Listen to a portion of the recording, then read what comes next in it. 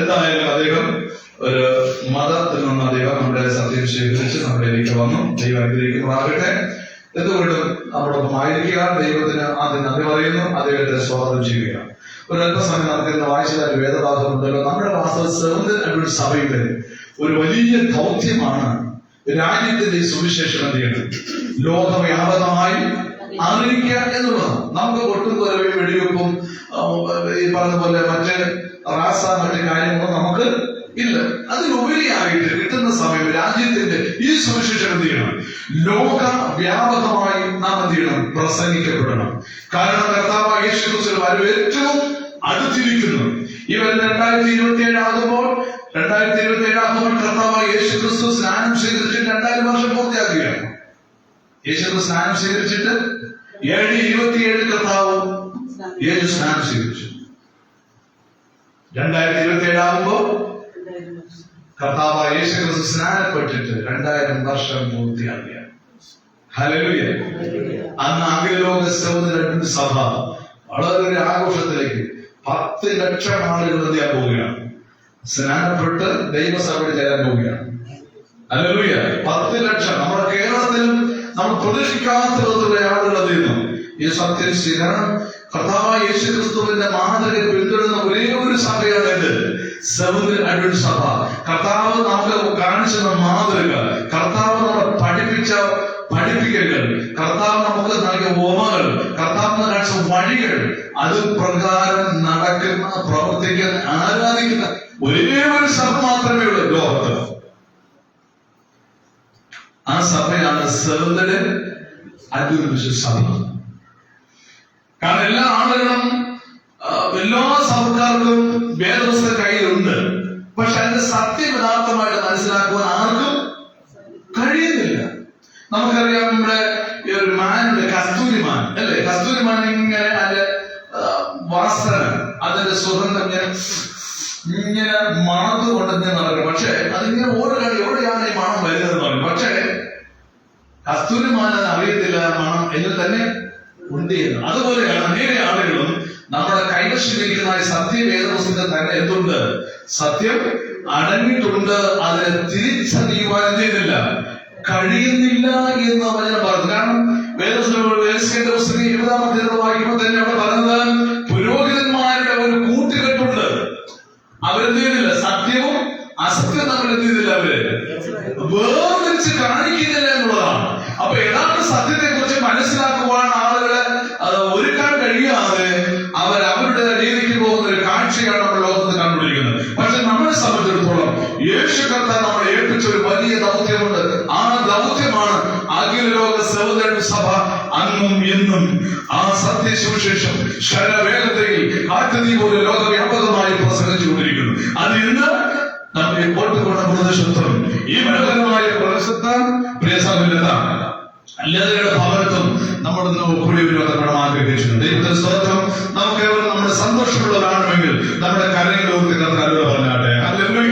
നമ്മൾ വായിക്കുന്ന ഭാഗപ്രകാരമാണ് 24-ാം അധ്യായം അതിന്റെ 14-ാം വാക്യം. അത് ഇപ്രകാരമാണ് പറഞ്ഞിരിക്കുന്നത്. നമുക്ക് വായിക്കാം. ഏവർക്കും പരിശോധിതമായ വാക്യം. രാജ്യത്തിന്റെ ഈ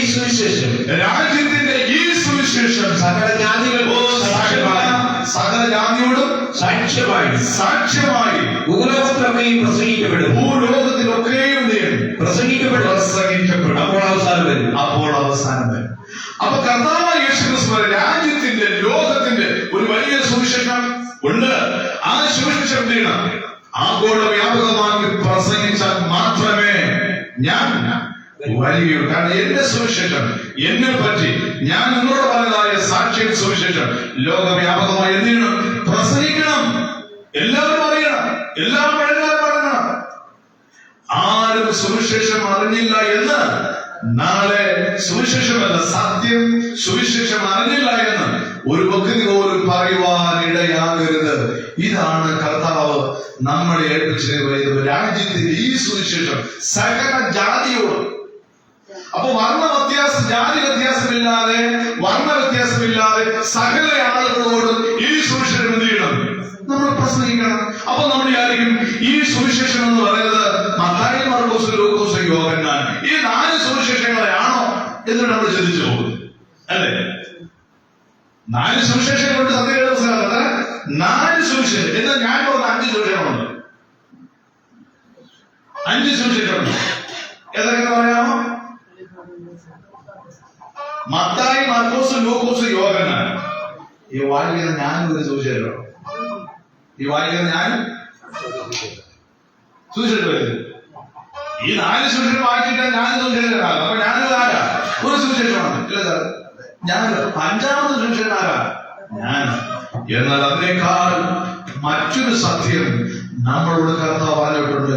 രാജ്യത്തിന്റെ ഈ സുവിശേഷം എന്ന് പറഞ്ഞാൽ മത്തായിയുടെ സുവിശേഷം അതില്ല. പുതിയ പുസ്തകം ഒന്നും അന്ന് എഴുതിയിട്ടില്ല. കർത്താവ് ഇങ്ങനെ പറഞ്ഞുകൊണ്ട് പോവുകയാണ്. സ്വതം. എന്നാൽ ദൈവത്തിന്റെ ദാസന്മാര്, ശിഷ്യന്മാര് കേട്ട മാത്രയിൽ അവരത് പിന്നത്തെ യേശുവിന്റെ മരിച്ചു അടക്കപ്പെടുന്നതിന് ശേഷം പുസ്തകങ്ങളിലൂടെ അവർ എഴുതിയത്. പരിശുദ്ധാത്മാ നിയോഗം പ്രാപിച്ചിട്ട് ദൈവകൽപ്പനയാൽ അവർ എഴുതുവാൻ തുടങ്ങി. അങ്ങനെയാണ് രാജ്യത്തിന്റെ ഈ സുവിശേഷം സകലജാതിയോടും സാക്ഷ്യമായി ഭൂലോകത്തിലൊക്കെ പ്രസംഗപ്പെടണം. ആ സുവിശേഷമാണ്. ഏത് സുവിശേഷം? ഇതിനാർക്കും അറിയത്തില്ല. എല്ലാവരും പഠിച്ചു വച്ചിരിക്കുന്ന മത്തായി, മാർക്കോസ്, ലൂക്കോസ്, യോഹന്നാൻ ഈ സുവിശേഷമായിരിക്കാം. അല്ല, ആ സുവിശേഷമല്ല. ആ സുവിശേഷമാണ്. കാരണം കർത്താവ് യേശുവിൽ പറഞ്ഞതായ എല്ലാ കാര്യത്തിന്റെയും പൊരുള് വന്നു നിൽക്കുന്നത് വെളിപ്പാട് പുസ്തകത്തിലാണ്. വെളിപ്പാട് എന്ന് പറയുന്നത് മറ നീക്കി എന്നുള്ളതാണ്. മറ നീക്കി വെളിപ്പെട്ടു എന്നുള്ളതാണ്. വെളിപ്പെട്ടു, മറ നീക്കി വെളിപ്പെട്ടു. അതാണ് വെളിപ്പാട് പുസ്തകം, റെവലേഷൻ. സ്വതം. ആ പുസ്തകത്തിൽ പറഞ്ഞിരിക്കുന്നത് വെളിപ്പാട് പുസ്തകം 14-ാം അധ്യായം 6 മുതൽ 12 വരെയുള്ളതായ ഒരു ത്രിവിധ ദൂതുകളുണ്ട്. 3 angels message, 3 മാലാഖമാരുടെ ദൂതുകൾ. അതാണ് വാസ്തവത്തിൽ യേശുക്രിസ്തു പറഞ്ഞതായ രാജ്യത്തിന്റെ ഈ സുവിശേഷം എന്ന പിന്നത്തിൽ മനസ്സിലാക്കപ്പെടാൻ സാധിക്കും. നമുക്ക് വായിക്കാം ഈ രാജ്യത്തിന്റെ സുവിശേഷം. നമുക്കറിയാം ഈ 2026 അടുത്തിരിക്കുന്ന സന്ദർഭത്തിൽ ഇന്ന് നമ്മൾ വായിക്കൊണ്ടിരിക്കുകയാണ്. അപ്പോൾ യേശു പറഞ്ഞത് ഈ സുവിശേഷം ലോകവ്യാപകമായി എത്തിയാൽ മാത്രമേ ആര് വരികയുള്ളൂ? യേശു വരികയുള്ളൂ. അതിന്റെ തുടർന്നതായ ഭാഗം അതിന്റെ 24-ന്റെ 1 മുതൽ താഴോട്ട് വായിക്കുമ്പോൾ ശിഷ്യന്മാരെല്ലാവരും ഒരുമിച്ച് എവിടെ ഇരിക്കുകയാണ്? ഒരു മലയിൽ ഇരിക്കുകയാണ് ശിഷ്യന്മാരോട്. അപ്പോൾ കർത്താവ് ഈ ഭൂമിയിൽ സംഭവിക്കാൻ പോകുന്ന കാര്യങ്ങളൊക്കെ എന്ത് അവരോട് ശാന്തമായ രീതിയിൽ, ഇമ്പകരമായ രീതിയിൽ ശിഷ്യന്മാരോടായി യേശു വാക്കുകൾ പറയുകയാണ്. അപ്പോൾ ശിഷ്യന്മാരെ ചോദിച്ചു, ലോകം അവസാനത്തിനും എന്റെ വരവിനും അടയാളമുണ്ട് എന്ന് യേശുവിനോട്, ഗുരുവായ യേശുവിനോട് ശിഷ്യന്മാര് ചോദിക്കുകയാണ്. ഹല്ലേലൂയ. അങ്ങനെ യേശു വസ്തുനിഷ്ഠമായി എല്ലാം അവരോട് പറയുകയാണ്. സ്വതന്ത്രം. എന്നാൽ താഴെ വായിക്കുമ്പോൾ രാജ്യം രാജ്യത്തോടും ജാതി ജാതിയോടും, അല്ലേ? അതിന് യേശു ഉത്തരം പറഞ്ഞത് ആരും നിങ്ങളെ തെറ്റിക്കാതിരിക്കാൻ ഒന്നാമത്തെ കാര്യം, ആരും നിങ്ങളെ എന്ത് ചെയ്ത് അപ്പൊ തെറ്റിക്കാനുള്ള ആളുകളുണ്ട്, തെറ്റിപ്പോകുവാൻ സാധ്യതയുണ്ട്. തെറ്റിക്കാൻ ആളുകളുണ്ട്, തെറ്റിപ്പോകാൻ സാധ്യതയുണ്ട്. അതുകൊണ്ട് നല്ലവണ്ണം പഠിച്ച്, നല്ലവണ്ണം പ്രാർത്ഥിച്ച്, നല്ല രീതിയിൽ വിശുദ്ധിയോടെ തന്നെ ആയിരിക്കണം ദൈവത്തിന്റെ മക്കൾ, അല്ലെ? 37-ാം സംഘം വായിക്കുമ്പോൾ ഇങ്ങനെയാണ്, നീ ദേശത്ത് എന്ത് ചെയ്യണം? വിശ്വസ്തത. ദേശത്ത് പാർത്ത് വിശ്വസ്തതയായിരിക്കണം. ഏത് ദേശത്താണോ നാം പാർക്കുന്നത്, ജീവിക്കുന്നത്, അവിടെ ഞാൻ എന്ത് ചെയ്യണം? വിശ്വസ്തത ആയിരിക്കും. എന്ന് പറഞ്ഞാൽ കീറി കൊടുത്താലും നാറിയത് ചെയ്യരുത്, കൊടുക്കരുത്. കണ്ടില്ല? കീറി കൊടുത്താലും ദേശത്ത് ഞാൻ പാർക്കണമോ അവിടെ ആരായിരിക്കണം? വിശ്വസ്തയോടുകൂടെ ആയിരിക്കണം. സ്വതന്ത്രം. അപ്പോ കർത്താവ് ഓരോ മറുപടി അവർ പറയുകയാണ്. ആരും നിങ്ങൾ എന്ത് ചെയ്യരുത്? തെറ്റിക്കരുത്. ഞാൻ ക്രിസ്തു എന്ന് പറഞ്ഞാൽ, കണ്ടോ, ഞാൻ ക്രിസ്തു എന്ന് പറഞ്ഞാൽ അനേകർ എന്റെ പേരെടുത്ത് എന്റെ പേരെടുത്തു പലരെയും തെറ്റിക്കും. ക്രിസ്തു എന്ന് പേരെടുത്ത് വരിക എന്ന് പറഞ്ഞു കഴിഞ്ഞാൽ യേശുവിനെ കുറിച്ച് പ്രസംഗിക്കുന്ന ആളുകൾ, യേശുവിനെ കുറിച്ച് പ്രസംഗിക്കുന്ന ആളുകളാണ് എന്റെ പേരെടുത്ത് വരുന്നത്. യേശുവിന്റെ പേരിൽ, യേശുവിന്റെ നാമത്തിൽ, എന്റെ നാമത്തിൽ, എന്റെ പേരിൽ അനേകം നിങ്ങളുടെ അടുക്കൽ വന്ന് തെറ്റിക്കാൻ വരും. കാരണം 2 ദിവസം 2-ാം ലേഖനം വായിക്കുമ്പോൾ കള്ളപ്രവാചകന്മാരുടെ ജനത്തിനിടയിൽ ഉണ്ടായിരുന്നു.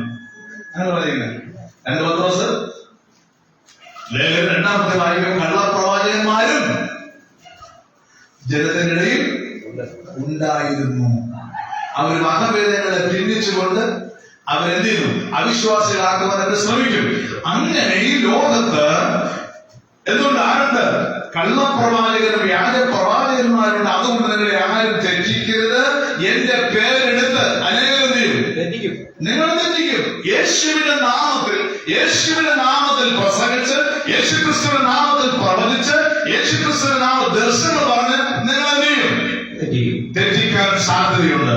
അടുത്ത വാക്യം, നിങ്ങൾ യുദ്ധങ്ങളെയും യുദ്ധശ്രുതികളെയും കുറിച്ച് കേൾക്കും. മാത്രമല്ല നിങ്ങൾ യുദ്ധങ്ങളെയും യുദ്ധശ്രുതികളെ കുറിച്ച് കേൾക്കും. ഇതെല്ലാം നമ്മൾ കണ്ടു, ഇതെല്ലാം നമ്മൾ കേട്ടു, ഇതെല്ലാം സംഭവിച്ചു. പിന്നെ ജാതിയോടും രാജ്യത്തോടും എതിർക്കും, രാജ്യത്തോടും അതിൽ സംഭവിച്ചു. നമ്മുടെ ക്ഷാമവും ഭൂകമ്പവും അവിടെ ഉണ്ടാകും. ക്ഷാമവും ഭൂകമ്പവും അവിടെ ഉണ്ടാകും. ലോകത്തിൽ ഏറ്റവും വലിയൊരു ഭൂകമ്പം ഉണ്ടായി. എവിടെ അറിയാമോ? ലിസ്ബണിൽ, അല്ലെ? ലക്ഷക്കണക്കിന് ആളുകളാണ് ഒരൊറ്റ ഭൂകമ്പത്തിൽ നാമവിശേഷമായത്.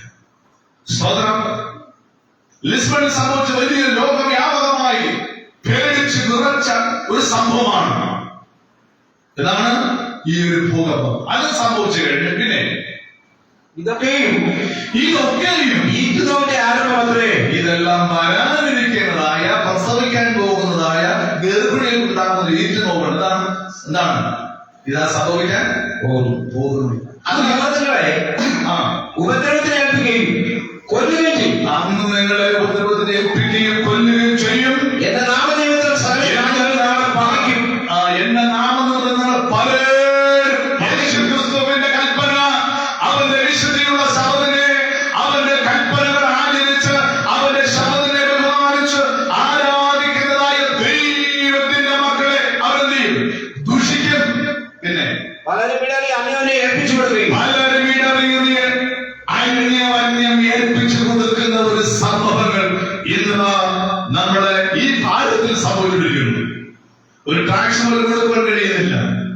ഒരു പരസ്യ ശുശ്രൂഷ ഈ കേരളത്തിൽ മാത്രം നടക്കുന്നു.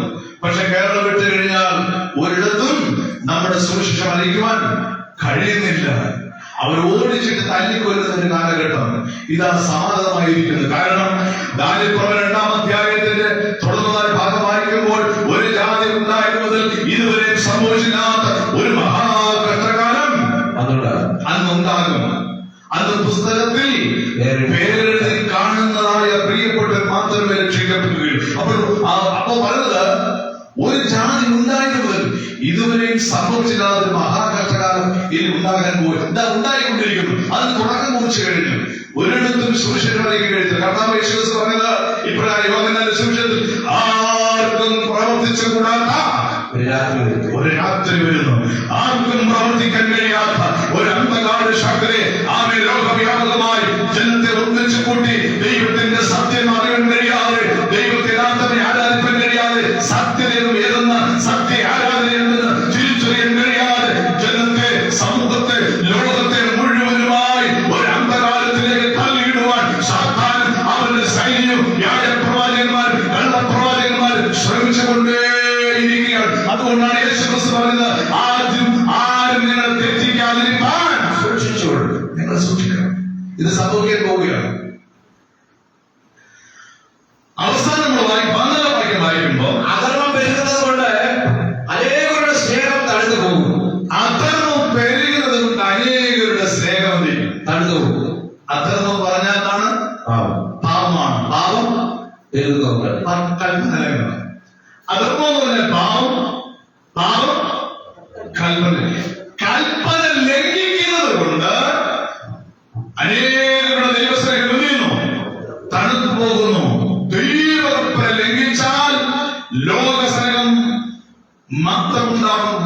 ദൈവസ്നേഹം, മനുഷ്യരുമായുള്ള ദൈവസ്നേഹം എന്നേക്കും വിച്ഛേദിക്കപ്പെടും. ദൈവകൽപ്പന എവിടെയാണോ ആരാണോ ലംഘിക്കുന്നത്, രാജ്യമല്ല, ലോകമല്ല, മുഴുവനും അനിഷ്ടതാവസ്ഥയിലേക്ക് നഷ്ടപ്പെടും. അതാണ് ആദാമിന് സംഭവിച്ചതായി കാര്യം. കൽപ്പന ലംഘിച്ചു, അനുസരണക്കേട് ലംഘിച്ചു, അല്ലെ? അനുസരണക്കേട് കാണിച്ചു. അതിന്റെ ഭാഗമായി എന്ത് ചെയ്തു? നിന്റെ ഭൂമി നിന്റെ നിമിത്തം. ദൈവകൽപ്പന എന്ന് പറഞ്ഞത് ക്രിസ്ത്യാനികളാകുവാൻ ആഗ്രഹിക്കുന്നതായ ദൈവത്തിന്റെ മക്കൾക്ക് ദൈവം നൽകിയിരിക്കുന്നതായ എന്താണ്? ഒരു ഭരണഘടനയാണ്, അല്ലേ? യേശു ക്രിസ്തുവിന്റെ ഭരണഘടനയാണ് ഏത്? ദൈവകൽപ്പന. ഈ കൽപ്പന നമുക്കറിയാം.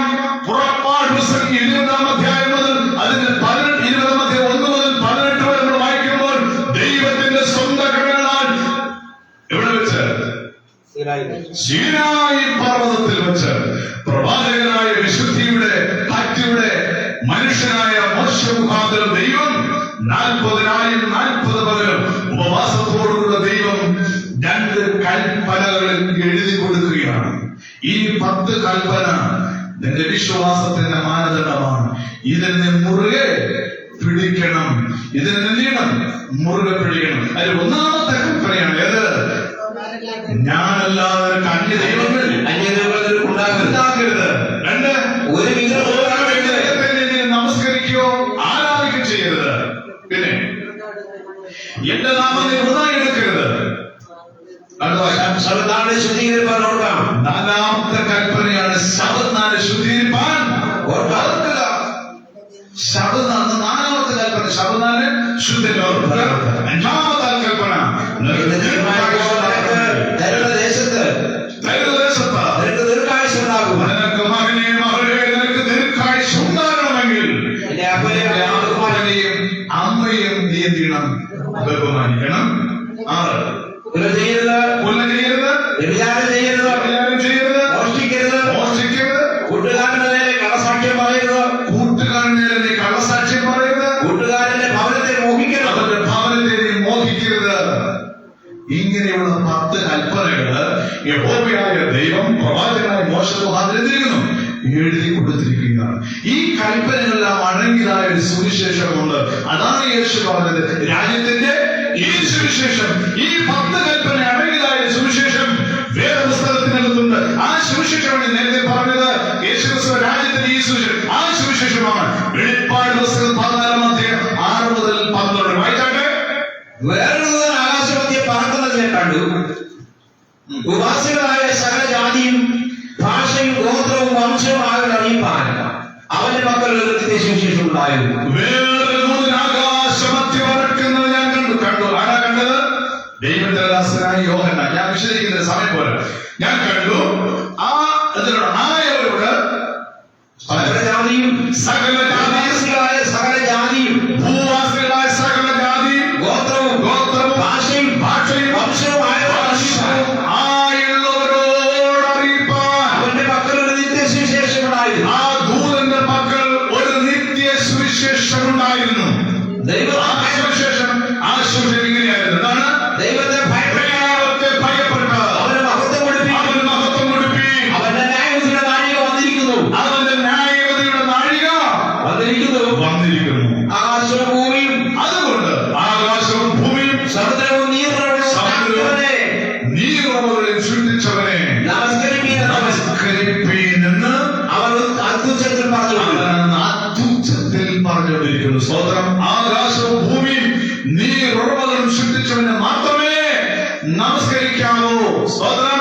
അപ്പൊ ആകാശം ഭൂമി ഉണ്ടാക്കുന്ന ദൈവത്തെയും ആ ദൈവം എഴുതിക്കൊടുത്തതായ കൽപ്പനകളും വിധികളും ചട്ടങ്ങളും പ്രമാണങ്ങളും മാത്രമേ മനുഷ്യന്റെയാവോ അനുസരിക്കാവൂ. ഇല്ല എങ്കിൽ ഒരു ന്യായവിധിയുണ്ട് എന്ന് 1-ാമത്തെ മാലാഖ വിളിച്ചു പറയുകയാണ്. ഹല്ലേലൂയ. അവന്റെ ആകാശവും ഭൂമി സൃഷ്ടിച്ചവൻ മാത്രമേ ആരാധിക്കാവൂ. അതിലുപരിയായി ദൈവകൽപ്പന, അതേ സ്തോത്രം, അവന്റെ ചട്ടങ്ങളും വിധികളും പ്രമാണങ്ങളും എല്ലായ്പ്പോഴും പ്രമാണിക്കണം. മറ്റതാണ് പത്രോസ് പറഞ്ഞിരിക്കുന്നത്. 1 പത്രോസ് 4-12 വായിക്കുമ്പോൾ മറ്റെന്തെങ്കിലും രക്ഷയില്ല, രക്ഷിക്കപ്പെടുവാൻ ആകാശത്തിന് കീഴിൽ ഭൂമിക്ക് മീതെ മറ്റൊരു നാമവുമില്ല, നൽകപ്പെട്ട വേറൊരു നാമമില്ല. അതുകൊണ്ട് വിഗ്രഹങ്ങളെ വിട്ട് ഓടുവാൻ പറയുന്നു, വ്യാജ ആരാധനകൾ വിട്ട് ഓടുവാൻ പറയുന്നു, മനുഷ്യമായ കൽപ്പനകൾ വിട്ട് ഓടുവാൻ ദൈവമാക്കുവാനും ചെയ്യുകയാണ്. അതിൽ 4-ാമത്തെ കൽപ്പനകൾ വരുന്നു, ശബത്ത് ശുദ്ധീകരിപ്പാൻ നീ ഓർക്കുക. അപ്പൊ ഈ 10 കൽപ്പന ഏറ്റവും പ്രാധാന്യം. ഈ 4-ാമത്തെ കൽപ്പന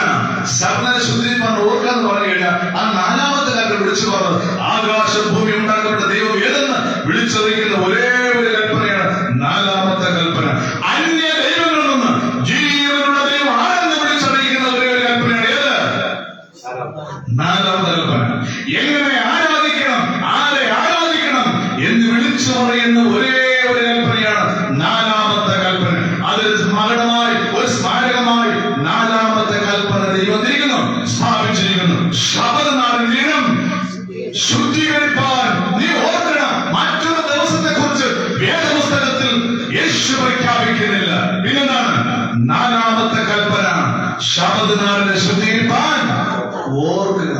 അപ്പൊ ഇന്ന് വലിയൊരു വ്യാജ ആരാധന ലോകവ്യാപകമായി നടക്കുന്നു. മാത്രമല്ല എവിടെ നോക്കിയിട്ട് സഭയാണ്. നമ്മൾ നോക്കുന്ന 4 സഭകളുണ്ട്: രാജ്യസഭ, ലോകസഭ, നിയമസഭ, ദൈവസഭ. അല്ലേ? രാജ്യസഭ, ലോകസഭ, നിയമസഭ, ദൈവസഭ. എവിടെ നോക്കിയാലും സഭയാണ്. അതുകൊണ്ട് ആൾക്കാർക്ക് ഒരു കൺഫ്യൂഷനായി ഏത് പള്ളിയിൽ പോയാ എവിടെ പോയി ആരാധന സ്വർഗത്ത് പോകാം. എല്ലാവർക്കും സ്വർഗത്ത് പോകണം അല്ലേ? എല്ലാവർക്കും വേണം സ്വർഗത്ത് പോകണം. കുരിശന്റെ പള്ളിയിൽ പോയ സ്വർഗത്ത് പോകാമോ? സെമിനാരി പള്ളിയിൽ പോയ സ്വർഗത്ത് പോകാമോ? അന്യഭാഷകൾ പറഞ്ഞ പള്ളിയിൽ പോയ സ്വർഗത്ത് പോകാമോ? വെള്ളം മാത്രം ധരിക്കുന്ന പള്ളിയിൽ പോയ സ്വർഗത്ത് പോകാമോ?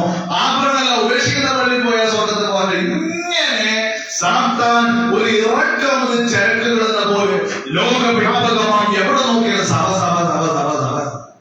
ശിവ ഭാഷക്ക് 10 പള്ളി, മുരളി ഭാഷക്ക് 9 പള്ളി, അപ്പോലോസ് ഭാഷ 45 പള്ളി, സുമാരപൂർവിൽ 75 പള്ളി. ഇപ്പൊ ഒരു ഭാഷ ശാമ്പൻ അയാൾക്കിപ്പോ 30 പള്ളിയായിരുന്നു. ആളുകൾ ആകെപ്പാട് കൺഫ്യൂഷനാണ്, ഏത് പള്ളിയിൽ പോകണം, എങ്ങനെ. ഇതെല്ലാം സാത്താന്റെ പദ്ധതികളാണ്. കാരണം നീ ഇങ്ങനെ ഒന്ന് ഓടണം. നീ യഥാർത്ഥത്തിൽ സത്യം നേടാൻ പാടില്ല, നീ അറിയാൻ പാടില്ല. അവിടെ അന്യഭാഷകൾ പറയുന്നു, അവിടെ അങ്ങോട്ട് ഓടും. അവർ പറയുന്നതെല്ലാം ദൈവത്തിന്റെ ഭാഷ എന്ന് പറയുന്നത് ഒരാൾ ഇങ്ങനെ പ്രസംഗിക്കുന്നു. വേറൊരു പറയുന്നത് നീ വേറൊരു പള്ളിയിൽ പോയാൽ സ്നാനപ്പെടേണ്ട കാര്യം കൊടിയുടെ കീഴിൽ പോയാൽ മതി, അവിടെ പോയാൽ സ്വർഗത്ത് പോകാം. ഇങ്ങനെ വ്യാജങ്ങളായിട്ടുള്ള സഭകള് ലോകവ്യാപകമായി പ്രവർത്തിക്കുമ്പോൾ ആളുകളെല്ലാം പരക്കമായി ഓടുകയാണ്. എങ്ങോട്ട് പോയാൽ, ഏത് പള്ളിയിൽ പോയാൽ സ്വർഗത്ത് പോകാൻ പറ്റുമെന്ന് പറയും. പക്ഷെ ഞാൻ നിങ്ങളോട് ഒരു കാര്യം പറയട്ടെ, യേശു പോയ പള്ളിയിൽ മാത്രമേ നമുക്ക് പോകാൻ അധികാരമുള്ളൂ. ഇല്ലേ? അല്ല, വല്യച്ഛൻ പോയ പള്ളിയിലോ, അപ്പോച്ചൻ പോയ പള്ളിയിലോ, അപ്പോലോസ് പോയ പള്ളിയിലോ, മുരളി പോയ പള്ളിയിലോ, സ്വദേവം പോയ പള്ളിയിലോ, രാജലോക ബാല ഗംഗാധര തിലകൻ കുഞ്ചൻ എവരൊക്കെ പോയ പള്ളിയിലല്ല നമ്മൾ പോകേണ്ടത്. പിന്നെ എവിടെ പോകാൻ? ഞാൻ പോയ പള്ളിയിൽ പോകണം. യേശു ക്രിസ്തു പോയ പള്ളിയിലാണ് നമ്മൾ പോകേണ്ടത്. ലൂക്കോസ് 4:16. അവൻ വളർന്ന നസറേത്തിൽ വന്ന് അതുപോലെ അവൻ പള്ളിയിൽ ചെന്ന് വായ്പ എഴുന്നേറ്റ് നിന്നു. ശബദിൽ പള്ളിയിൽ ചെന്ന് പള്ളിയിൽ ചെന്ന് അതുപോലെ വേദപുസ്തകം വായിക്കാൻ തുടങ്ങി. ഹല്ലേലൂയ. അപ്പൊ 1-2 ദിവസമല്ല, പിന്നെ കാണാം അതുപോലെ യേശു കർത്താവ് അതുപോലെ പള്ളി പോയി. അതാണ് പൗലോസ് കൊലോസ്യർ 3 വായിക്കുമ്പോൾ അവന്റെ കാഴ്ചവഴികൾ പിന്തുടരുവാൻ ഒരു മാതൃക വച്ചേച്ചു പോയിരിക്കുന്നു. അപ്പൊ യേശു ക്രിസ്തുവിന്റെ 1-ാമത്തെ മാതൃക എന്താണ്? ശബദോറും പള്ളിയിൽ പോയി. പിന്നെ എങ്ങനെ ആളുകൾ ശബദോറും പള്ളിയിൽ പോകുന്നവർ മറ്റേ ആരാധന കടന്നവർ? കാരണം നമ്മൾ ചിന്തിച്ചു നോക്കിയേ, നമ്മുടെ കയ്യിലൊക്കെ വേദപുസ്തകം ഇരിക്കുന്നതല്ലേ? ആളുകളുടെ കയ്യിലൊക്കെ വേദപുസ്തകം ഇരിക്കുകയില്ലേ? ലോകത്ത് ഒരു സെക്കൻഡിൽ ഏതാണ്ട് 1.25 ലക്ഷം വേദപുസ്തകം വിറ്റഴിക്കുന്നു. ഒരു സെക്കൻഡിൽ ലോകവ്യാപകമായിട്ട് ഇന്ന് 5 ലക്ഷം പുസ്തകങ്ങൾ വിറ്റഴിച്ചുകൊണ്ടിരിക്കുന്നു. അപ്പൊ ഇതെല്ലാം വിദ്യാസമ്പന്ന ആളുകളും ഒക്കെ ഉണ്ട്. റവറന്റുമാരുണ്ട്, മറ്റ് PhD എടുത്തവരുണ്ട്, പിന്നെ അങ്ങനെ പല ഡോക്ടറേറ്റ് എടുത്തവരുണ്ട്. ഇവരെല്ലാവരും ഉണ്ട്, ഭാഷമാരായിട്ടും അച്ഛന്മാരായിട്ടും ഗുരുവന്മാരും. പക്ഷെ ഇവരെല്ലാം വേദപുസ്തകം എന്തേ സത്യം തിരിച്ചറിയാൻ കഴിയാത്തത്? ഇതൊരു കാരണമാണ്. അപ്പോസ്തലനായ പൗലോസ് പറയുകയാണ്, എന്താണ്? അവരുടെ കണ്ണുകൾ എന്തിരിക്കുന്നു? കുരുടാക്കിയിരിക്കുന്നു. യഥാർത്ഥ സത്യം അറിയുവാൻ കഴിയാതെ അവരുടെ കണ്ണുകളെ സാധാരണ കുരുടാക്കിയിരിക്കുന്നു. ഹല്ലേലൂയ. അപ്പൊ നമ്മുടെ മാതൃക നാം പിൻപറ്റുന്നത് ഒരേ ഒരു കാര്യമാണ്. യേശു ക്രിസ്തു എങ്ങനെ ജീവിച്ചു, യേശു ക്രിസ്തു ഏത് വഴിയിൽ പോയി, ഇതാണ് നാം പിന്തുടരേണ്ടതായ മാതൃക. അങ്ങനെ യേശു ക്രിസ്തുവിനെ ആരാധിക്കുന്നത് ദൈവമക്കളെന്ന പേര്, അങ്ങനല്ലേ? യേശു ക്രിസ്തുവിനെ ആരാധിക്കുന്നവർ എങ്ങനെയാണ്? ദൈവ മക്കൾ എന്നാണ് പേര്. ആ ദൈവമക്കൾക്കുള്ള പേരുകളെ കുറിച്ച് അപ്പോസ്തലനായ പൗലോസ് എബ്രായർക്ക് ലേഖനം 4-12 വാക്യം വായിക്കുമ്പോൾ യേശുവിനെ ആരാധിക്കുന്നവർക്ക് ഒരു പേരുണ്ട്, അവരുടെ നാമമുണ്ട്. അത് അപ്പോസ്തലനായ പൗലോസ് ഇപ്രകാരം വെളിപ്പെടുത്തിയിരിക്കുന്നു. അപ്പോസ്തലപ്രവൃത്തി 4-9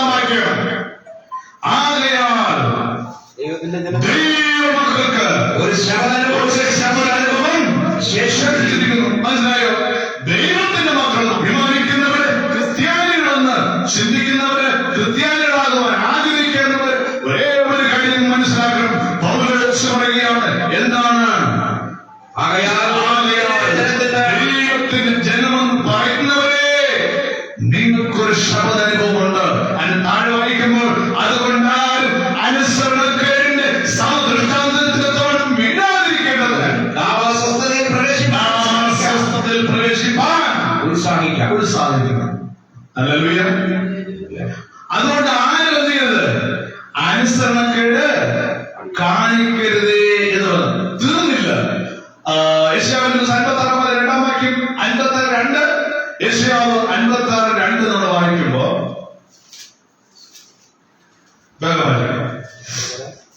യെശയ്യാവ് 56:2 സ്തോത്രം, ഹല്ലേലൂയ. ശബത്തിനെ അശുദ്ധമാക്കരുത്, അതിനെ പ്രമാണിച്ച് ദോഷം ചെയ്യാതെ വണ്ണം തന്റെ കൈ നല്ലവണ്ണം സൂക്ഷിച്ചുകൊണ്ട് ഈ ശബത്തിനെ അനുഷ്ഠിക്കുന്നവരും ഇത് മുറുകെ പിടിക്കുന്നവരും മനുഷ്യനും അവരാണ് ഭാഗ്യവാൻ. ഹല്ലേലൂയ. മനസ്സിലായോ? ആരാണ് ഭാഗ്യവാൻ?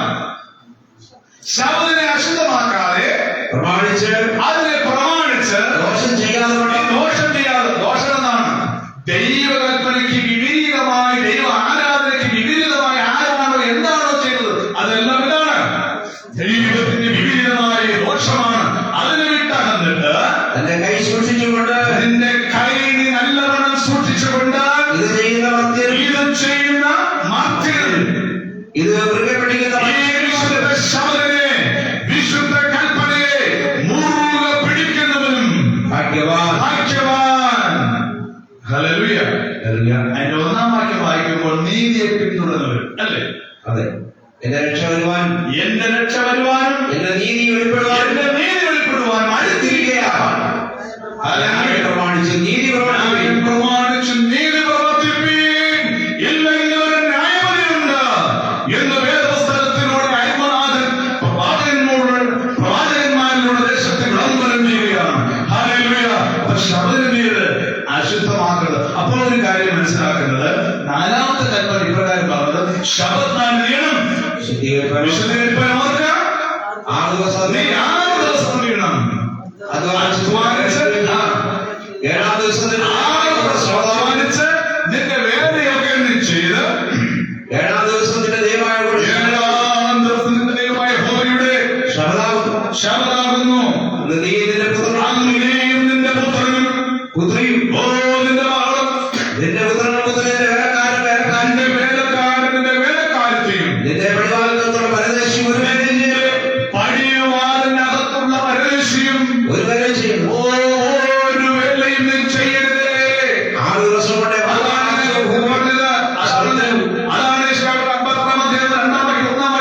ശബത്തിനെ അശുദ്ധമാക്കരുത് എന്ന് പറയാൻ കാരണം, നീ എന്ന് വേലയ്ക്ക് പോകരുത്, യാതൊരു ജോലിയും ചെയ്യരുത്.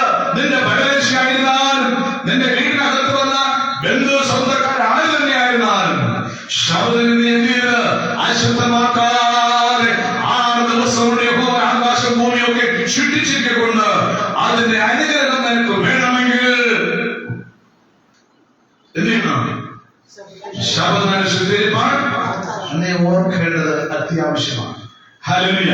ഈ വാക്കുകളെ കേട്ട് നീ അനുസരിക്കണമെങ്കിൽ ഇത് ദൈവത്തിന്റെ ആജ്ഞയാണ്. ഇത് ദൈവത്തിന്റെ ഒരു വലിയ ആജ്ഞയാണ്. അതുകൊണ്ട് എന്നെ കേട്ട ദൈവത്തിന്റെ മക്കളെ,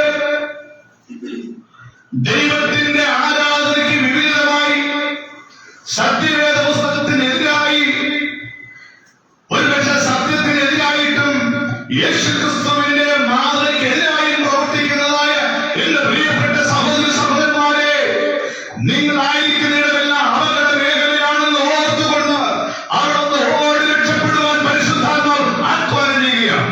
അവിടുന്ന് ഓടി രക്ഷപ്പെടണം. കാരണം എന്താണ്?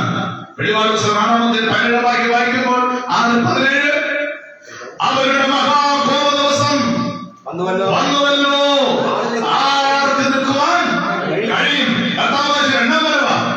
അവരുടെ മഹാകോപ ദിവസം കർത്താവിന്റെ വിശുദ്ധ ദൂതന്മാരുമായി ആകാശമേഖല ഭേദിച്ചുകൊണ്ട് അനന്തങ്ങളുടെ ദൈവദൂതന്മാരുമായി വിശുദ്ധ കൽപ്പനയെ അനുസരിക്കുന്ന ദൈവങ്ങളെ ചേർപ്പാൻ ഇതാ അതിവേഗം ശരവേദിലേക്ക് വരാൻ പോവുകയാണ്. ആർക്ക് നിൽക്കുവാൻ കഴിയും? ഇത് വലിയ ചോദ്യമാണ്. ആർക്ക് നിൽക്കുവാൻ കഴിയും? ഹല്ലേലൂയ. ആർക്ക് നിൽക്കുവാൻ കഴിയും? Praise the Lord. ഹല്ലേലൂയ. ആർക്ക് നിൽക്കുവാൻ കഴിയും? പ്രിയ സഹോദരൻ, എല്ലാവരും ആരാധിക്കുന്നു, എല്ലാവരും ആരാധിക്കുന്നുണ്ട്. കുരിശ് വലിക്കുന്നുണ്ട്, കുരിശ് ചുമക്കുന്നുണ്ട്, വേദപുസ്തകം വായിക്കുന്നു, വെള്ളം ധരിക്കുന്നു, എല്ലാം. പക്ഷേ അവന്റെ വരവ് നാളിൽ ആർക്ക് അവൻ വരുന്ന നാളിൽ തന്റെ കരം പിടിച്ച് തന്റെ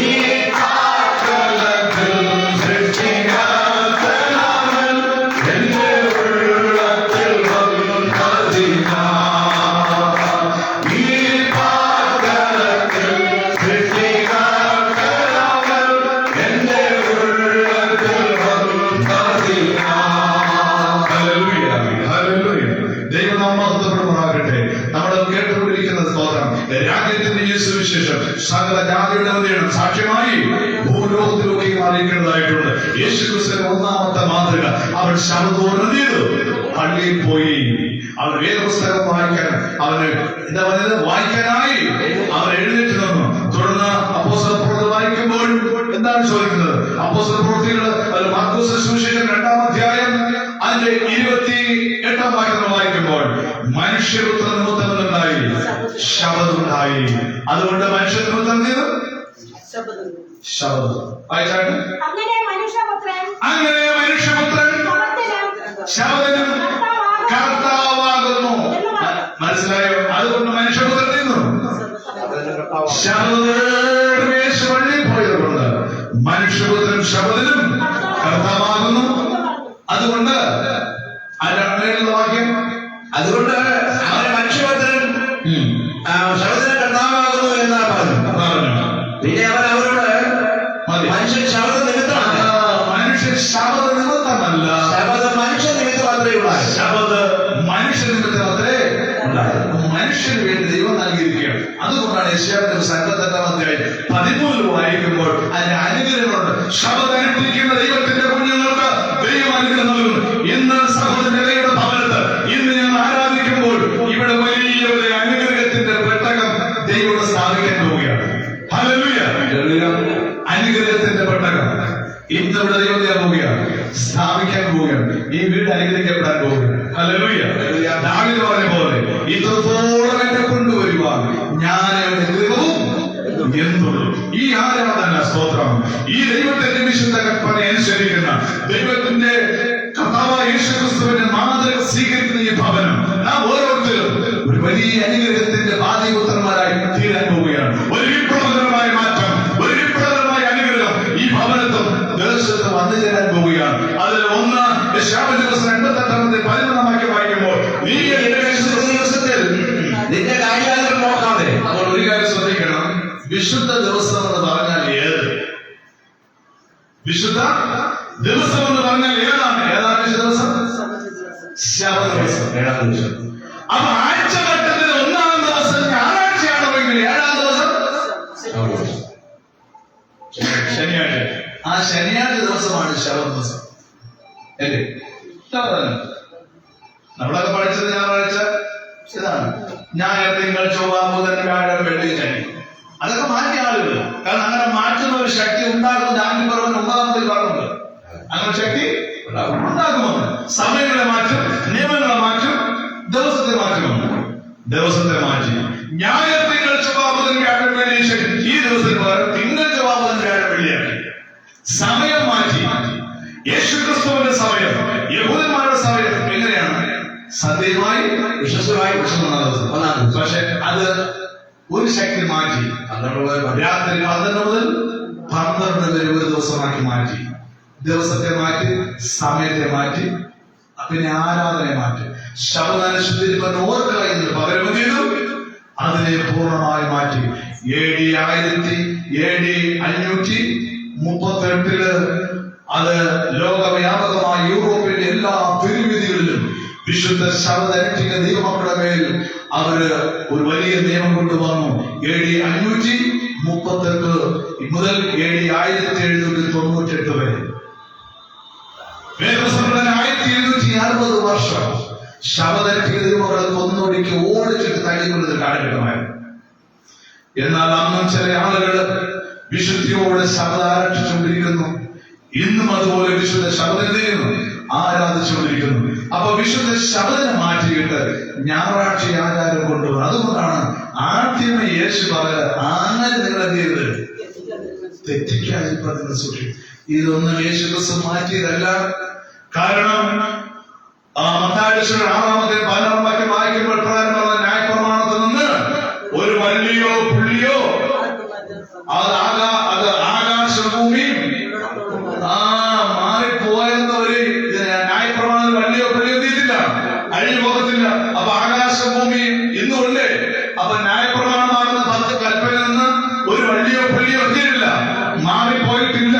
അതുകൊണ്ട് ഈ കൽപ്പന അനുസരിക്കുന്നവന് ശബദനുഷ്ഠിക്കുന്നവനുള്ള വലിയൊരു പുറമുടെ ഗംഭീരമായ അനുഗ്രഹമാണ്. യെശയ്യാവിന്റെ സംഘടനകൾ പരിഗണമാക്കിയത്, നീ എന്റെ വിശുദ്ധ ദിവസത്തിൽ എന്റെ കാര്യം നോക്കാതെ എന്റെ കാര്യം നോക്കണം. ദൈവത്തിന്റെ കാലടക്കി വെച്ച് ആ വിശുദ്ധ ശബദത്തിന്റെ കാലടക്കി വെച്ച് ശബദത്തിന് ഒരു സന്തോഷമെന്നും ശബദത്തിന് ഒരു സന്തോഷമെന്നും വിശുദ്ധ ദിവസത്തെ വിശുദ്ധ ദിവസത്തെ ബഹുമാന യോഗ്യമെന്നും പറയുകയും എന്റെ വേലയ്ക്ക് പോവുകയോ നീ നിന്റെ വേലയ്ക്ക് പോവുകയോ എന്റെ കാര്യങ്ങൾ നോക്കുകയോ ചെയ്യാതെ കാര്യങ്ങൾ നോക്കാതെ ചെയ്യാതെ സംസാരത്തിൽ നേരെ പോകുകയോ ചെയ്യാതെ വേണം. സംസാരത്തിൽ വെറുതെ നേരം കളയാതെ അതിനെ ബഹുമാനിക്കുകയും ചെയ്യുമെങ്കിൽ, ഈ വിശുദ്ധ കൽപ്പനയാകുന്ന ശബദത്തെ ബഹുമാനിക്കുകയും ചെയ്യുമെങ്കിൽ നീ യഹോവയിൽ പ്രമോദിക്കും. അനുസരിക്കുകയും ചെയ്യുമെങ്കിൽ നീ യഹോവയിൽ പ്രമോദിക്കും. ഞാൻ നിന്റെ ദേശത്തിന്റെ ഉന്നതങ്ങളിൽ വാഹനത്തെ ഓടുമാറാക്കുകയും ദൈവത്തിൽ നീ പ്രമോദിക്കുന്നത് പറഞ്ഞാൽ ദൈവത്തിന്റെ പ്രസാദനിൽ ഉണ്ടാകും. അതുകൊണ്ടാണ് ദൂതന്മാർ പറഞ്ഞത്, ഭൂമിയിൽ ദൈവപ്രസാദമുള്ളവർക്ക് സമാധാനം. ഈ സമാധാനം വേണമോ? ദൈവകൽപ്പന അനുസരിക്കണം. ആരാധന ഏതാണ്? വിശുദ്ധമായ ശബദനെ ആരാധിക്കണം. എങ്കിൽ മാത്രമേ ദൈവപ്രസാദം ഉണ്ടാകുകയുള്ളൂ.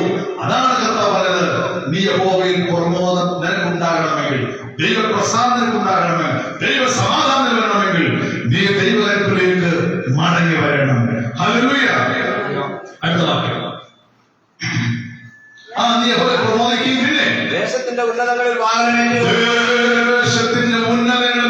വാഹനമേറ്റ് ഓടുമാറാക്കുകയും എന്റെ പിതാവായ യാക്കോബിന്റെ അവകാശം കൊണ്ട് നിന്നെ പോഷിപ്പിക്കുകയും ചെയ്യും. എന്റെ പിതാവായ യാക്കോബിന്റെ അവകാശം നിന്നെ പോഷിപ്പിക്കുകയും ചെയ്യും. യഹോവയുടെ വായിൽ ചെയ്തിരിക്കുന്നു. ദൈവത്തിന്റെ വാഗുണ്ട അരുളപ്പാട് നൽകിയിരിക്കുന്നത്. ഇതനുസരിക്കുവാൻ ഭാര്യപുത്രന്മാരായി തീരുന്ന ദൈവത്തിന്റെ കുഞ്ഞുങ്ങൾക്ക് വീണ്ടും അനുഗ്രഹമുണ്ട്. അവിടുത്തെ പുസ്തകം 28-ാം അധ്യായം 1 വായിക്കുമ്പോൾ, ഞാൻ ഇന്ന് നീ എന്റെ കൽപ്പനകൾ കേട്ട് എന്റെ ആജ്ഞകൾ കേട്ട് നീ അനുസരിക്കുമെങ്കിൽ എന്താണ് അവിടുത്തെ 28-ാം അധ്യായം അനുസരിക്കുകയാണെങ്കിൽ, കേൾക്കുകയാണെങ്കിൽ, പാലിക്കുകയാണെങ്കിൽ നിന്നെ വാഴല്ല തലയാക്കുക. നീ ദേശത്ത് അനുഗ്രഹിക്കപ്പെടും. ബഹുജാതിൽ ഞാൻ സമ്പന്നാകും. ഒരു വഴിയായി ശത്രുവിന്റെ വരും, അവൻ 7 വഴിയായി ചെയ്യും, ഓടിപ്പോകും. നീ നിന്നെ മാവൊഴിക്കുന്ന കോട്ടയം, നിന്റെ ആടുമാടുകൾ സകലവും നിന്റെ കൃഷികളെല്ലാം ചെയ്യും, അനുഗ്രഹിക്കപ്പെടും. ഇന്ന് ആരാധന മുഖാന്തരം ഇവിടുത്തെ അനുഗ്രഹിക്കപ്പെടാൻ പോവുകയാണ്. ഹല്ലേലൂയ. കാരണം 2 ശമൂവേൽ പുസ്തകം 6-ാം അധ്യായത്തിൽ രസകരമായ ഒരു സംഭവ കഥയുണ്ട്. ദാവീദ് തന്റെ പെട്ടകം യെരൂശലേമിൽ കൊണ്ടുപോകാൻ ആഗ്രഹിക്കുകയാണ്. ശത്രു അത് അടിച്ചുകൊണ്ട് പോയി. വലിയൊരു ദുരന്തവും പേറിക്കൊണ്ട് നിൽക്കുമ്പോൾ പിന്നെ പെട്ടകം കിട്ടുവാനിടയായി. ആ പെട്ടകമായി യെരൂശലേമിലേക്ക് കൊണ്ടുവരുവാനായിട്ട് ഏത് വണ്ടിയില? കാളവണ്ടിയിൽ കൊണ്ടുവരികയാണ്, അല്ലെ? കാളവണ്ടിയിൽ കൊണ്ടുവരുന്ന കൊണ്ടുവരുമ്പോൾ എന്താ സംഭവിക്കുന്നത്?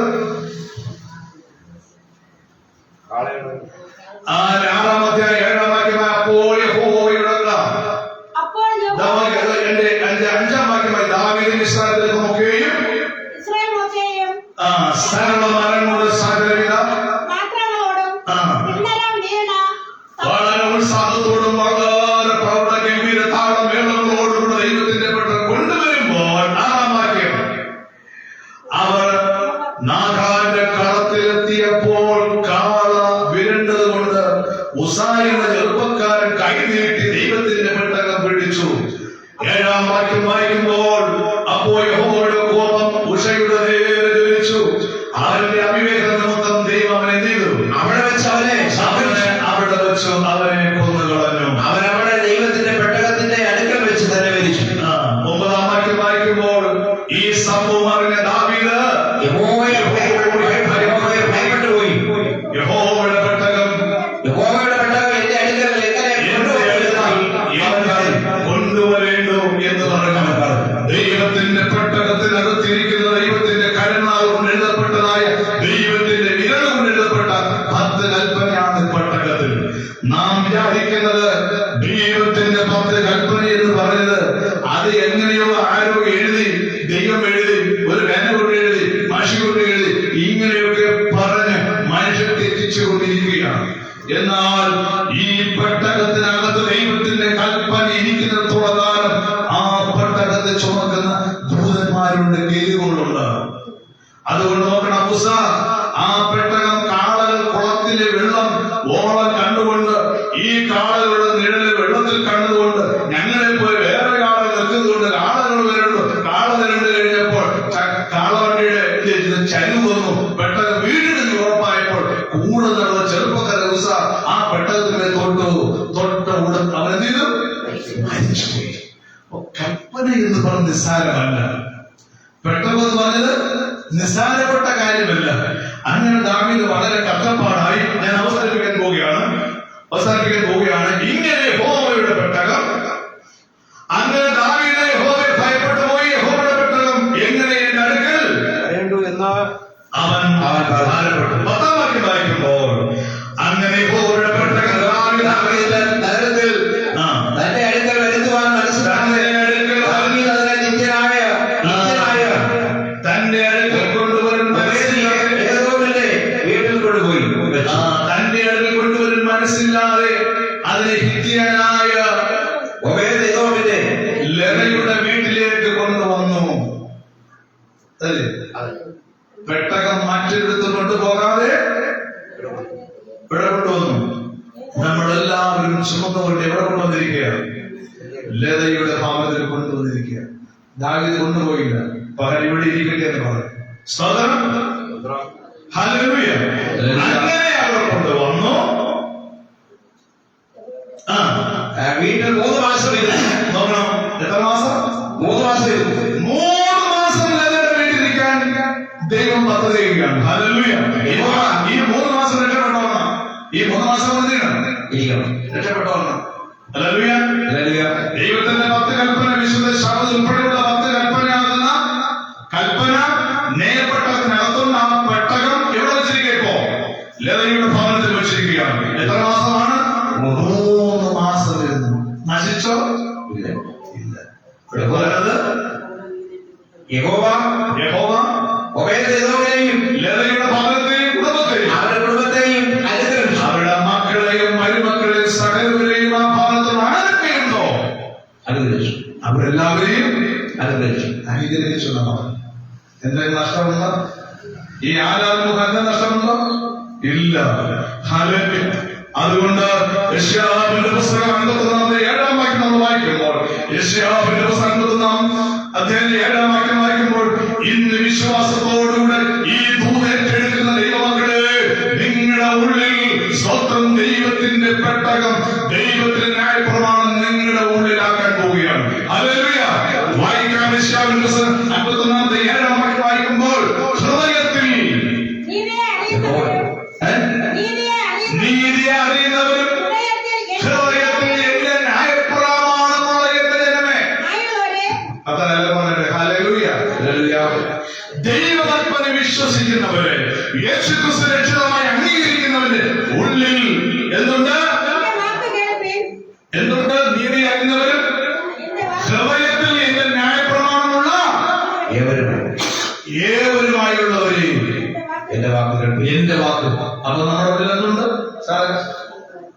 എവിടെയുണ്ട്? എന്റെ ഹൃദയത്തിൽ എന്തുണ്ട്? ദൈവത്തിന്റെ 10 കൽപ്പനയുണ്ട്. ഒന്ന് പരിശോധിച്ച് നോക്ക്, അങ്ങോട്ട് നോക്ക്. നിങ്ങളുടെ നമ്മൾ ആത്മപരിശോധന ചെയ്യേണ്ട ദിവസമാണ്. എന്റെ ഉള്ളിൽ ദൈവത്തിന്റെ ന്യായപ്രമാണമുണ്ടോ? അപ്പൊ അങ്ങനെയെങ്കിൽ പ്രിയ മക്കളെ, ഇന്ന് ദൈവത്തിന്റെ ന്യായപ്രമാണം എന്റെ ഉള്ളിലുണ്ടെങ്കിൽ ഞാൻ ദൈവത്തിന്റെ ന്യായപ്രമാണം ചുമക്കുന്ന ഒരു പെട്ടകമാണ്. ഹല്ലേലൂയ! ഞാൻ ആരാണ്? ദൈവത്തിന്റെ ന്യായപ്രമാണം ചുമന്ന ഒരു പെട്ടകമാണ്. അങ്ങനെയെങ്കിൽ ഈ നിലയുടെ ഭാഗത്ത് ഇന്ന് ദൈവത്തിന്റെ ന്യായപ്രമാണമാകുന്ന പെട്ടകം ദൈവത്തോട് സ്ഥാപിക്കാൻ പോവുകയാണ്. 1 മാസമല്ല, 2 മാസമല്ല, 3 മാസമല്ല, അനേക വർഷങ്ങൾ. ഹല്ലേലൂയ! അനുഗ്രഹിക്കപ്പെടുവാൻ ദൈവത്തിന് നീതിയുള്ള പെട്ടകം ഈ ഭവനത്തിൽ വെക്കുമ്പോൾ ആമേൻ. ദൈവത്തിന്റെ വചനം പറഞ്ഞത്, നീ എന്റെ വിശുദ്ധമായ ദിവസത്തിൽ നിന്റെ കാര്യം നോക്കാതെ വ്യർത്ഥ സംസാരത്തിൽ നേരെ നോക്കി ചെയ്യാതെ അതിനെ ബഹുമാനിക്കുകയും ചെയ്യുമെങ്കിൽ നീ ഹോയിൽ പ്രബോധിക്കും. അവൻ ആകാശത്തിന് കീഴുമായി തുറന്ന് നിന്നെ അനുഗ്രഹിക്കാൻ പോവുകയാണ്.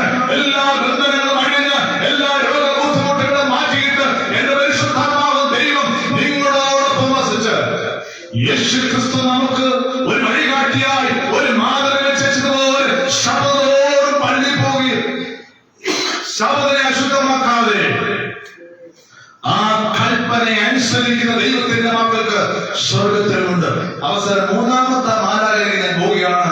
അത് പറഞ്ഞ് അവസാനിക്കുകയാണ്. വെളിപാട് പുസ്തകം അതിന്റെ 14-ാം അധ്യായം 12-ാം വാക്യം വായിക്കുമ്പോൾ യേശുക്രിസ്തുവിന്റെ മാതൃക പിന്തുടരുവൻ, ശബദം അനുഷ്ഠിക്കുന്നവൻ, ദൈവകൽപ്പന പ്രമാണിക്കുന്നവന് മാത്രമേ എവിടെ പോകാൻ പറ്റൂ. ദൈവകൽപ്പനയും വിശ്വാസവും കാത്തുകൊള്ളുന്ന വിശുദ്ധന്മാരുടെ സഹിഷ്ണുത കൊണ്ട് ഇവിടെ സ്വർഗത്തിന് ആവശ്യം. സ്വർഗത്തിന് പറയാം. 3-ാമത്തത് പറയാം. എവിടെ സ്വർഗത്തിന് ആരുടെ ആവശ്യം? ദൈവകൽപ്പനയും യേശുവിനുള്ള വിശ്വാസം കാത്തുകൊള്ളുന്ന വിശുദ്ധന്മാര് മാത്രമേ സ്വർഗത്തിൽ പോകുകയുള്ളൂ. ഇതാ സത്യത അടിവരയിട്ട് പറഞ്ഞിരിക്കുകയാണ്. അങ്ങനെയെങ്കിൽ ഞാനിവിടെ നിർത്തട്ടെ. ദൈവമക്കളെ, മകനെ, മകളെ, ഈ ശബ്ദം നിങ്ങൾ കേൾക്കുന്നുവെങ്കിൽ, നിങ്ങൾ യേശുവിനെ ആരാധിക്കുന്നുവെങ്കിൽ, പള്ളിയിൽ പോയി യേശുക്രിസ്തുവിന്റെ മാതൃക നിങ്ങൾ പിന്തുടരണം. 2, ദൈവം തന്റെ കരങ്ങളാൽ ഉണ്ടാക്കപ്പെട്ട മനുഷ്യന് ആ കരം കൊണ്ട് തന്നെ വിരലുകൊണ്ട് തന്നെ 10 കൽപ്പനകളും എഴുതി. ഇതനുസരിപ്പാണ് നീ ബാധ്യസ്ഥനാകുമെങ്കിൽ നീയാണ് ലോകത്തിൽ ഏറ്റവും വലിയ ഭാഗ്യവാൻ. മറ്റൊരു രക്ഷയില്ല. നാം രക്ഷിക്കപ്പെടുവാൻ ആകാശത്ത് നൽകപ്പെട്ട വേറെ നാമമില്ല. ആ വലിയവനായ കർത്താവിന്റെ ആ കൽപ്പന നിങ്ങൾ വിശ്വസിക്കണമെങ്കിൽ, ആ വിശുദ്ധ കൽപ്പന, ആ ശബദ അനുഷ്ഠിക്കുന്ന കൽപ്പന വരെ നിങ്ങളുടെ ഉള്ളിലാക്കുവാൻ ഇപ്പോൾ ദൈവം ആഗ്രഹിക്കുന്നു.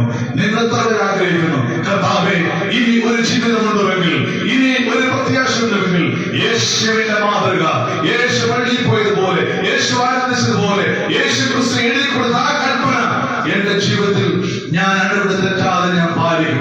അങ്ങനെയെങ്കിൽ എന്നെ എന്റെ കുടുംബത്തെയും ദൈവം ധാരാളമായി അനുഗ്രഹിക്കാൻ പോവുകയാണ്. ഹല്ലേലൂയ! എല്ലാവർക്കും എഴുന്നേൽക്കാം. നമ്മളൊരു പാട്ട് നേരിട്ട് പാടാൻ പോവുകയാണ്. ദൈവത്തിന്റെ ദാസന്മാർ ആ പാട്ട് പാടുമ്പോൾ നമ്മളോടൊപ്പം ചേർന്ന് പാടാൻ പോവുകയാണ്. എന്റെ പ്രിയ ദൈവജനമേ, ദൈവകൽപ്പന യേശുവിലുള്ള വിശ്വാസം കാത്തുകൊള്ളുന്ന ദൈവമക്കൾക്ക് മാത്രമേ സ്വർഗത്തിൽ പോകാൻ കഴിയത്തുള്ളൂ. മാത്രമല്ല, യേശുക്രിസ്തുവിനെ ആരാധിക്കുന്ന ദൈവമക്കൾക്ക് പറഞ്ഞിരിക്കുന്നത്. ആകയാൽ ദൈവത്തിന്റെ ജനത്തിന് ഒരു ശബദാനുഭവം ശേഷിച്ചിരിക്കുന്നു. ലോകമാകാ സംഭവങ്ങൾ ഇതാ സംഭവിച്ചുകൊണ്ടിരിക്കുന്നു, തീർന്നുകൊണ്ടിരിക്കുന്നു. യേശുവിന്റെ വരവ് ഏറ്റവും അടുത്തുകൊണ്ടിരിക്കുന്നു. പ്രിയ ദൈവമക്കളെ, ഈ ദേശത്തിന് ഒരു രക്ഷാപേടകമായി ഈ കോട്ടുകാൽ പ്രദേശത്ത് ഇതാ ഒരു രക്ഷാപേടകമായി ഒരു സഭ സ്ഥാപിച്ചിരിക്കുന്നു. രക്ഷപ്പെടുവാൻ മാർഗം നിങ്ങൾ ആഗ്രഹിക്കുന്നുവെങ്കിൽ, നിങ്ങൾ അന്വേഷിക്കുന്നുവെങ്കിൽ, ആ രക്ഷാപേടകത്തിലേക്ക് നിങ്ങൾ ബന്ധമായി ദൈവത്തിന്റെ പരിശുദ്ധാത്മാവിനെ ക്ഷണിക്കുകയാണ്. അതല്ല, ദൈവകൽപ്പന ലംഘിച്ചുകൊണ്ട്, ശബദം ലംഘിച്ചുകൊണ്ട് നിങ്ങൾ ആരാധിക്കാൻ ആഗ്രഹിക്കുന്നുവെങ്കിൽ, അവരുടെ മേഖലയാണ് ഓർപ്പിക്കുന്നു. അവരുടെ മേഖലയാണ് നിൽക്കുന്നത്. പരിശുദ്ധ ഓർപ്പിപ്പിക്കുന്നു. അതുകൊണ്ട് അവിടുന്ന് രക്ഷപ്പെടുവാൻ പരിശുദ്ധാത്മാവ്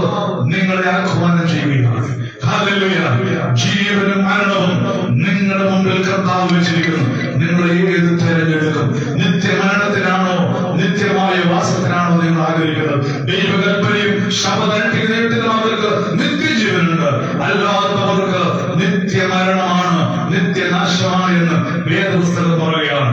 ഇപ്പോൾ നിങ്ങൾ ഏതിൽ പ്രത്യാശയോട് പതങ്ങൾ ആഗ്രഹിക്കുന്നു, ഏതിനോട് പതങ്ങൾ ആഗ്രഹിക്കുന്നു? ഇപ്പോൾ ദൈവദാസന്മാര് ഒരു മനോഹരമായ ഗാനം ആലപിക്കും. നമുക്ക് അവരോടൊപ്പം ചേർന്ന് പാടാം. ദൈവം അവരെയും സഹായിക്കുമാകട്ടെ.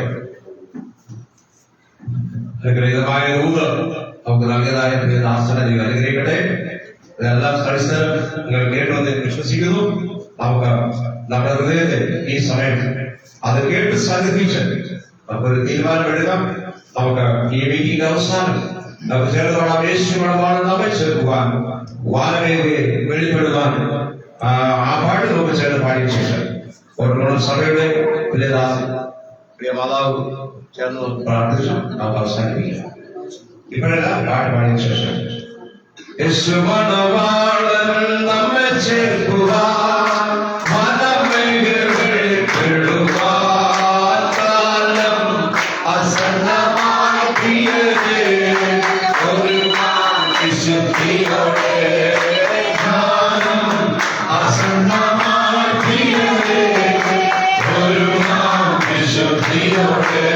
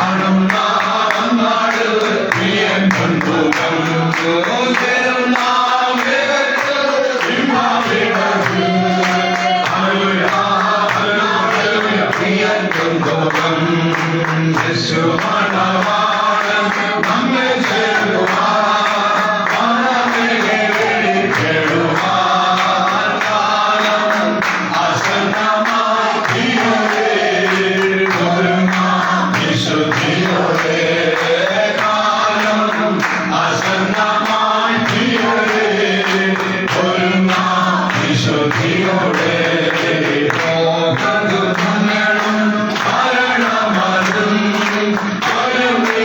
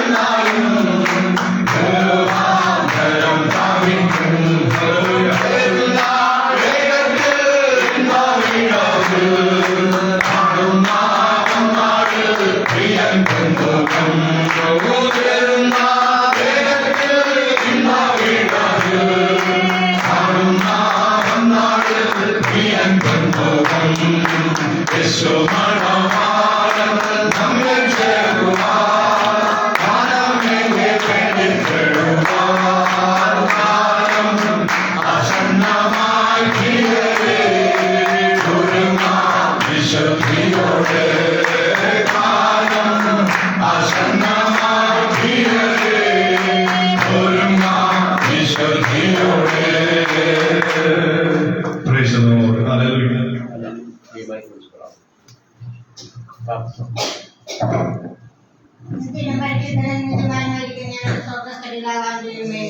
കർത്താവേ, ഇന്ന് ഞങ്ങൾ ഈ സ്ഥലത്ത് ഈ ഓട്ടോണം പ്രദേശത്ത് കർത്താവെ സഭയുടെ നാമധേയത്തിലും കർത്താവെ ഇതിന്റെ ഒരു ആരാധന കഴിക്കാൻ തക്കവണ്ണം അവിടെ അനുഗ്രഹിച്ച നന്മയ്ക്കായിട്ട് നന്ദിയോടെ സ്തോത്രം ചെയ്യുന്നു. കർത്താവെ ഈ ദേശം കർത്താവെ എല്ലാവരും ദൈവത്തെ ആരാധിക്കുന്നുവെങ്കിലും യഥാർത്ഥമായി ദൈവത്തിന്റെ സുവിശേഷം എന്താകുന്നുവെന്ന് ആർക്കും മനസ്സിലാകാത്ത ഒരു പരിസ്ഥിതിയാകുന്നു ഞങ്ങൾ മനസ്സിലാക്കി. കർത്താവെ ഇന്ന് ദൈവത്തിനെ കുറിച്ച് അല്ലെങ്കിൽ ദൈവത്തെ പറ്റി അത് പറയുവാനും ധാരാളം പേര് കേൾക്കുവാനും കർത്താവെ ഇന്ന് ഇവിടെ ഈ ആരാധനയിൽ പോയത് സാധിച്ചത് ഞങ്ങൾ വളരെ വളരെ വളരെ സന്തോഷമായിട്ടിരിക്കുന്നു. കർത്താവെ ഈ ദേശത്തെ ഈ ദേശ നിവാസികളെ അനുഗ്രഹിക്കണമെന്ന് പ്രാർത്ഥിക്കുന്നു.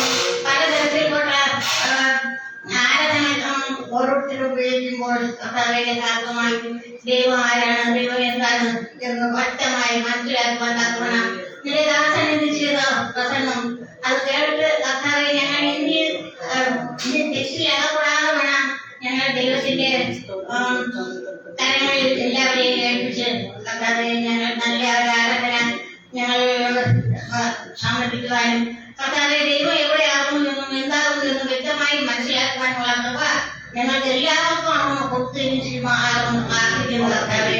തെറ്റായ ആരാധനകളിൽ നിന്നും മാറി കർത്താവെ ദൈവം എവിടെയാകുന്നു, ദൈവം എന്താകുന്നു എന്ന് വ്യക്തമായി മനസ്സിലാക്കുന്ന സമുദ്രമായിട്ട്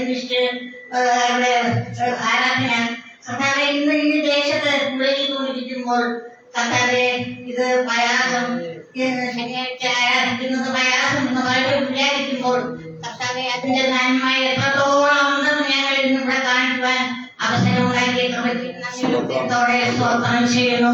അവിടെ ഞങ്ങൾ ഇത് കേട്ട എല്ലാവരെയും അവിടെ അനുഗ്രഹിക്കണമെന്ന് പ്രാർത്ഥിക്കുന്നു. കർത്താവെ പ്രാർത്ഥനമായി എത്രത്തോളം കഷ്ടപ്പെട്ട് ഈ പ്രദേശത്തേക്ക് വന്ന് ഈ ദൂതുവെള്ളം ചെയ്യുന്ന ഞങ്ങൾക്ക് നല്ല അറിയാൻ സാധിക്കും. കർത്താവെ അവരെയും അനുഗ്രഹിക്കുമാറാകട്ടെ എന്ന് പ്രാർത്ഥിക്കുന്നു. ദേശത്തിന്റെ ഈ സുവിശേഷ ലോകമെമ്പാടും പ്രസംഗിക്കുമ്പോൾ അവസാനം വരുമെന്ന് അവിടുന്ന് പറഞ്ഞതുപോലെ കർത്താവെ ഇതുപോലെയുള്ള ആരാധനയിൽ കൂടെ ദൈവത്തിന്റെ യഥാർത്ഥമായ സ്ഥിതി മനസ്സിലാക്കി കൊടുക്കുവാൻ കർത്താവെ കർത്തദാസന്മാർ ചെയ്ത ഈ നന്മയ്ക്കായി നന്ദിയോടെ സ്തോത്രം ചെയ്യുന്നു. ഇനിയും തുടർന്ന് ഇതുപോലെയുള്ള ആരാധനകൾ നടത്തി കർത്താവെ ദൈവത്തിന്റെ ജനത്തെ കർത്താവെ യഥാർത്ഥമായ ദൈവത്തിന്റെ ജനത്തെ വെളിച്ചത്ത് കൊണ്ടുവരുവാൻ തക്കവണ്ണം അവിടെ നിന്ന് സഹായിക്കുവാൻ പ്രാർത്ഥിക്കുന്നു. അതിനുവേണ്ടി ഒരുക്കിയായി ഈ ഭവനത്തെ ഓർത്ത് പ്രാർത്ഥിക്കുന്നു.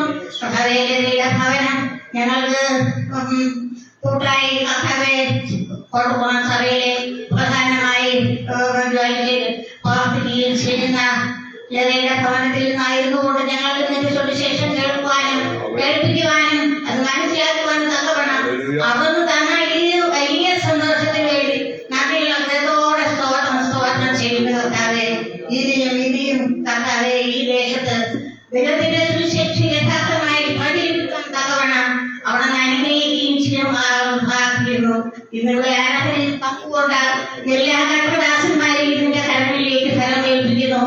ഇന്ന് മഴയും ഓടും പിടിച്ച ഈ സമയത്ത് കർത്താവെ ഇവിടെ വന്നു ചേരുവാനും ഇന്ന് നല്ലൊരു ആരാധന കാഴ്ചവെപ്പാനും ദൈവത്തിന്റെ വചനം വിളക്കുവാൻ തക്കവണ്ണം ഈ സമയത്തെ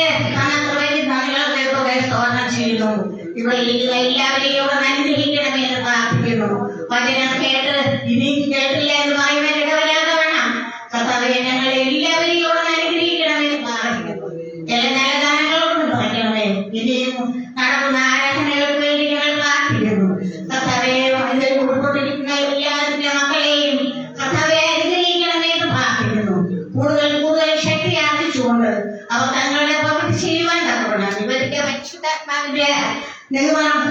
കൂടുതൽ കിട്ടുവാൻ തക്കവണ്ണം കർത്താവെ അവിടെ നയിക്കുകയും അവരെ അനുഗ്രഹിക്കുകയും പ്രാർത്ഥിക്കുന്നു. എല്ലാ നല്ല കാര്യങ്ങൾക്ക് വേണ്ടി സ്തോത്രം കർത്താവെ. ഇനി അടുത്ത് നടക്കുന്ന ആരാധനയിലും കർത്താവെ നിന്റെ ഇഷ്ടവും കൂടെ എനിക്ക് മഹാനവരെയും പ്രാർത്ഥിക്കുന്നു. കർത്താവെ ഈ സമയത്ത് കർത്താവെ ഞങ്ങൾ ഇത്രയും പേര് ഒരുമിച്ച് ദൈവത്തെ പാടി സ്തുതിച്ച് മഹത്വപ്പെടുത്തുവാനും ദൈവത്തിന്റെ വചനം കേൾപ്പിക്കുവാനും തക്കവണ്ണം അവിടെ അനുഗ്രഹിച്ച നന്മയ്ക്കായിട്ട് ഇതിന്റെ വീണ്ടും തന്നെ പറയുന്നു. സ്തോത്രം യേശുവേ. എല്ലാവരെയും അനുഗ്രഹിക്കണമേ.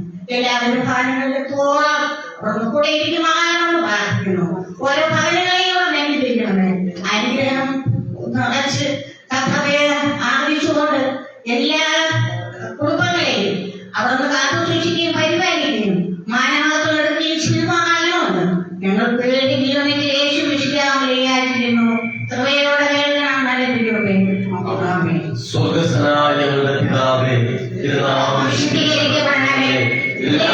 വരണമേ. തിരുനിശ്ചയപോലെ ഭൂമിയിലാകണമേ.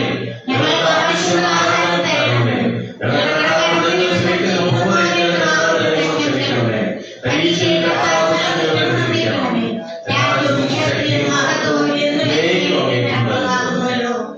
ആമേൻ. പിതാവായ ദൈവത്തിന്റെ സ്നേഹവും പുത്രനായ യേശുക്രിസ്തുവിന്റെ കൃപയും ആശ്വസിപ്പിക്കുന്ന പരിശുദ്ധാത്മാവിന്റെ നിരന്തരമായ കൂട്ടും സഹവാസവും കർത്താവിയുടെ ആയിരിക്കുന്ന പ്രിയപ്പെട്ട ഓരോരുത്തരോടും ഈ ദേശത്തോടും ദേശവാസികളോടും വിശേഷാൽ ഈ ഭവനമരിക്കുന്നതായ പ്രിയപ്പെട്ടവരോടും ദൈവത്തിന് മാറ്റമില്ലാത്ത വചനം ഘോഷിച്ചതായ പ്രിയപ്പെട്ട ദാസന്റെ മേലും കടന്നു വന്നിരിക്കുന്നതായ പ്രിയമുള്ള ദാസന്മാരുടെ മേലും ഇപ്പോഴും എന്നേക്കും കാലാന്ത്യത്തോളം അവിടെ കൂടെ ഇരിക്കുമാറാകട്ടെ. ആമേൻ. സ്തോത്രം.